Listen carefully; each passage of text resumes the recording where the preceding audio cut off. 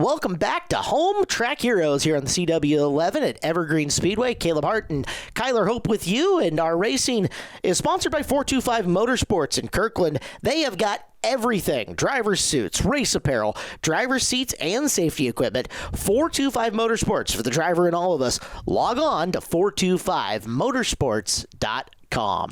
Yeah, and don't get Ben White, our drift announcer, started on 45 Motorsports, because he'll go on and on talking about them. He loves going there. They have tons of seats there, like racing seats you can go and sit in and try out, and he'll talk about 45 forever. So that's an awesome sponsor, perfect fit for Evergreen Speedway. But we're going to roll into our BECU mini stock main event, and this class has been so exciting all year long, and we're going to get to know the drivers right here. There you see the 13 of Doug Hens, sponsored by Roller Associates, and starting in front of him in the 7, that is Cassie Sunholm, sponsored by J2 Racing and John Haynes. And to her outside, coming into the screen here shortly, great to have him back in the 2 car. That is Michael Fritz, sponsored by Fritz Racing. All right, so we're coming up onto the 6th row now and work to the inside. The black car, paint number 23. That is Ellie Musgrove. Musgrove will be starting 11th here in this feature, as you'll see our flagger throw the checkered flag and introduce her to the crowd. Next to Ellie, it's Riley Daughtry, driving the pink and blue number 25. War Pigs Smokehouse Food Truck and Catering for Riley, starting in the 12th position. Yeah, and how awesome is it to do these types of introductions in front of a grandstand full of fans? Hear, hear. Very awesome. As we move into the next row, that is the 16 of Travis Woodward. Great to have him back this year. He is sponsored by Simon & Sons Towing. Very cool to see that 16 car back out on the racetrack in 2021. And to his outside, that is the 10 car, a very sharp-looking car. That is Cameron Iverson, sponsored by Lane Sunholm, who just so happens to be starting in the row in front of him. Speak of the devil, and the devil shall appear. The Foss Motorsports number 18th, starting in the 7th position, the 800-time track champion and winner of just about everything. It is Lane Sunholm in car 18.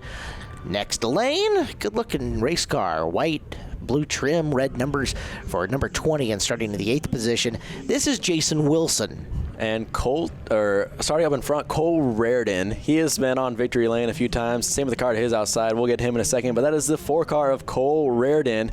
And the other winning car this year, that is the 14 of Colton Price, as that is a very sharp-looking car with no graphics on it. It is. Fast driver, too. To the inside of row number 2, starting in 3rd, Nat Barber, car number 97. Barber, sponsored by Racers Against Child Abuse. He'll be going off the grid inside row number 2.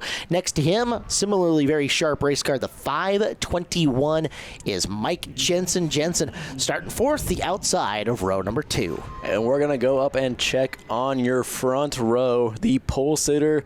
Love this guy. He is fun to be around. That is the 29 of Dylan Bewald, sponsored by Puget Sound Auto Repair in Port Orchard, as we like to see that green car get up on the podium, or that red car get up on the podium at some point this year. And it is outside. We got the 26 of Jimmy Apsher, sponsored by the Taurus Group with Keller Williams, and that is a championship car from a few years ago that Jonah Vick drove to the championship. As we see the BECU mini stocks on the front stretch of the 3/8 mile, getting ready to roll here. It is awesome being able to do these types of introductions, get the crowd into it, get them cheering. It is a fun time, and you got to come out and check it out for yourself, because it's awesome being able to welcome back fans to Evergreen Speedway. We love having you guys watching in here on the CW11, but there's nothing like attending an auto race live. There's a smell to it, there's a buzz to it. If you guys haven't been out to the seat of the grandstands, where we're welcoming fans back all over the Northwest, please carve a little time out in your schedule to do so. Exactly, yeah, and I don't know, for me as a kid growing up going to Wenatchee Valley Super Bowl, you have a similar experience. Mm-hmm.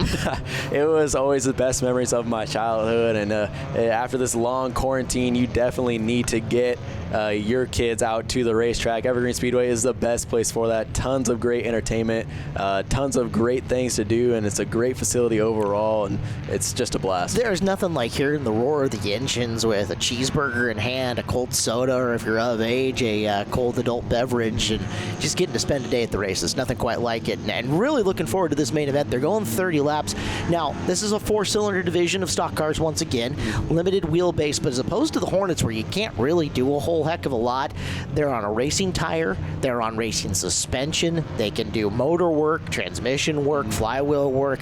It's as outlaw as you get for a mini stock here. It's I don't want to say no rules, but it's significantly opened up, and you're going to see way faster speeds out of these cars than you did the Hornet division. Exactly, yeah, and it's not just front-wheel drive cars, as I think the farthest starting rear-wheel drive car is that 18 of Lane Sunholm, so it can be an advantage having a rear-wheel drive car, but sometimes in Washington we have to race on the rain. That puts you at a huge disadvantage as they see the one to go this time by. The lights are out on the Speedway Chevrolet pace car. Dylan Bewald and Jimmy Absher bringing you to the green flag as the sun was setting. It's such a beautiful evening. You see kids running around down on the midway as it is just a perfect setting for some great racing. Should be a fun main event, 30 times around, and we are green off the corner. Main event time for the mini stocks, the BECU mini stocks, and they're already bouncing off each other into one. They're 3 wide, and down there on the bottom of the racetrack, Nat Barber taking full advantage. As they look to go almost 4 wide, Cole Reardon thinks better of it, as that was quite the start. I think Dylan Bewald might have overestimated how much momentum he can carry into turn 1, slid up into Jimmy Absher, and it cost both of them as they got freight trained by, it looks like 3, now almost 4 cars on the inside. Nat Barber, the big winner of it all. Colton Price in second, Cole Reardon in third, with Lane Sunholm trying to crack into the top 4 already. He's bringing Mike Jensen with him on the mouth of the racetrack, so the 4 black and orange cars with Sunholm's is race for second looking good. To the inside, Reardon's got a run on Price, and he's got the spot off turn number 2. Yeah, Cole's looking really good this year. He's been dialing in some things in that car, got a couple wins under his belt. Same with Colton Price. Colton took a year off last year for mini stock racing, and he's back this year. Excited to have such a strong field of mini stock drivers as we see a different podium combination every single week as we got a battle for third. Yeah, Sunholm really giving Price the work over down the back straightaway. That car rolling right through the middle of the corner in both 1 and 2 and 3 and 4 quite nicely, and Sunholm already up to third. Yeah, Nat Barber holding down up front, but not sure how long he'll be able to hang on to that with Cole Reardon, and almost Lane Sunholm now breathing down the back of his neck. Oh, but look at that, almost making the move to the inside. There was Reardon on the inside. He pulled out of it. Both of them are going to have to do something because nothing's stopping Sunholm in the outer groove. Sunholm looking for second through turn number 1, only 5 laps into this. Yeah, Cole trying to get a nose underneath Nat Barber, not quite there enough to actually make an imprint from Nat Barber, but I think he has more to worry about because here comes Lane Sunholm trying to work his way around the outside. Yeah, you don't want a mirror drive for sure, but you got to see the 18 car coming outside and just blowing people away as he's already dispatched of Reardon. Now he's to the outside of Barber, and I got a funny feeling we're going to see a new leader coming down to the front straightaway. Yeah, great run from Lane. You see that hard transition off the 3/8 mile onto the front straightaway, but yep, new leader Lane Sunholm at the line of that 18 car as Nat Barber, he's not really going away easy on that inside line. No, he's making him work for it a little bit, although you get a feeling that when if Lane does get him cleared and can bring her down, this is going to be academic. Although he's choosing to kind of keep the car up high at the moment, so clearly set up to run the middle. Yep. Looking good. With a big field of BECU mini stocks, you never know when lap traffic could come into play. As there we see Cameron Iverson off the track. Doesn't look like he had anything. I don't see any damage on the car. We'll see if he's able to get it fired back up as the caution flag does fly now to try to get that 10 car rolling. Not quite sure what happened. I don't see any damage on that 10 machine. Well, maybe our cameras caught a look-see at it, and in fact, maybe they did. Let's take a peek. As we see, it looks like the 10 car battling with Jason Wilson in the 20s. Cameron Iverson just goes in the corner, overcorrects a little too much, and overcorrects again. He kept it out of the fence. I would say that's a win in my book. Kept it off the fence, out of other cars. As we get the fence replay right here.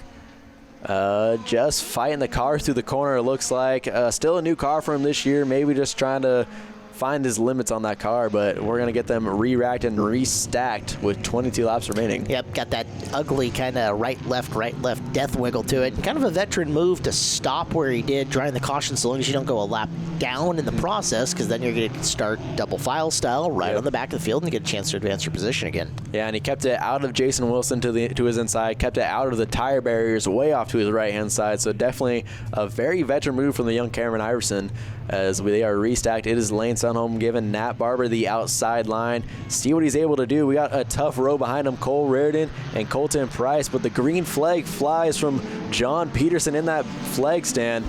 As we'll see, Nat Barber just elects to go down in front of Cole Reardon. I don't know if he liked that too much.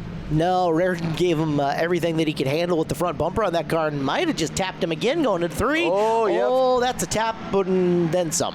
Yep, and that collects Jimmy Absher, and there goes Riley Daughtry spinning and joining the messes. Unfortunate break. That's 3 or 4 of your fast cars all collected. We see Jimmy Absher trying to get it rolling. Looks like he does. A little bit of damage there. Cole Reardon fires it back up. I don't think Nat Barber's going to be able to recover from that. That looked like some pretty significant damage to his left rear as we're going to take a few looks at it. Well, down we go. And, yeah, Barber did get down. And there's Reardon giving him the tap the first time in 1 and 2. Watch him into 3. And, again, bump, around, and catastrophe. Yep, and that is pretty significant contact both on Cole Reardon's left front and Nat Barber's left rear. So we'll see if either of them are able to continue as we look at, again, up in front, just a little bit extra contact as we see the mid-pack drivers, what they had to do to avoid this absolute mess in front of them. You see Colin Price, Mike Jensen went dancing through. You see his splitter there on the ground, but yeah, tough break there. We're going to go on board with Mike Jensen in a very unique angle hanging out the window net. Putting the GoPro at risk.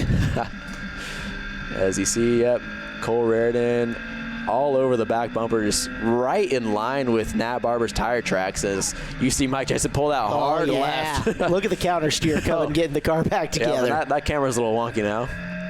Will give us a unique angle if we go back to it at some point in time. Okay, so from Price, this is going to be the really fun angle. Back straightaway. Yeah, and there's the bump. Just enough situational awareness from Colin Price to get down to the inside away. Let all the action sweep up the track. As now we're going to see what Jimmy Absher saw as he was involved in the accident. You see Mike Jensen there to the inside. And here comes the spin from the 97. That bright sunlight that these drivers have to battle with in the summertime probably didn't help that much, and just nowhere really for Jimmy Absher to go. Okay, so here's Reardon. You can see that's through turn 1 and 2. Thump, thump, around, and ouch. And we'll be back with more racing action here on CW11.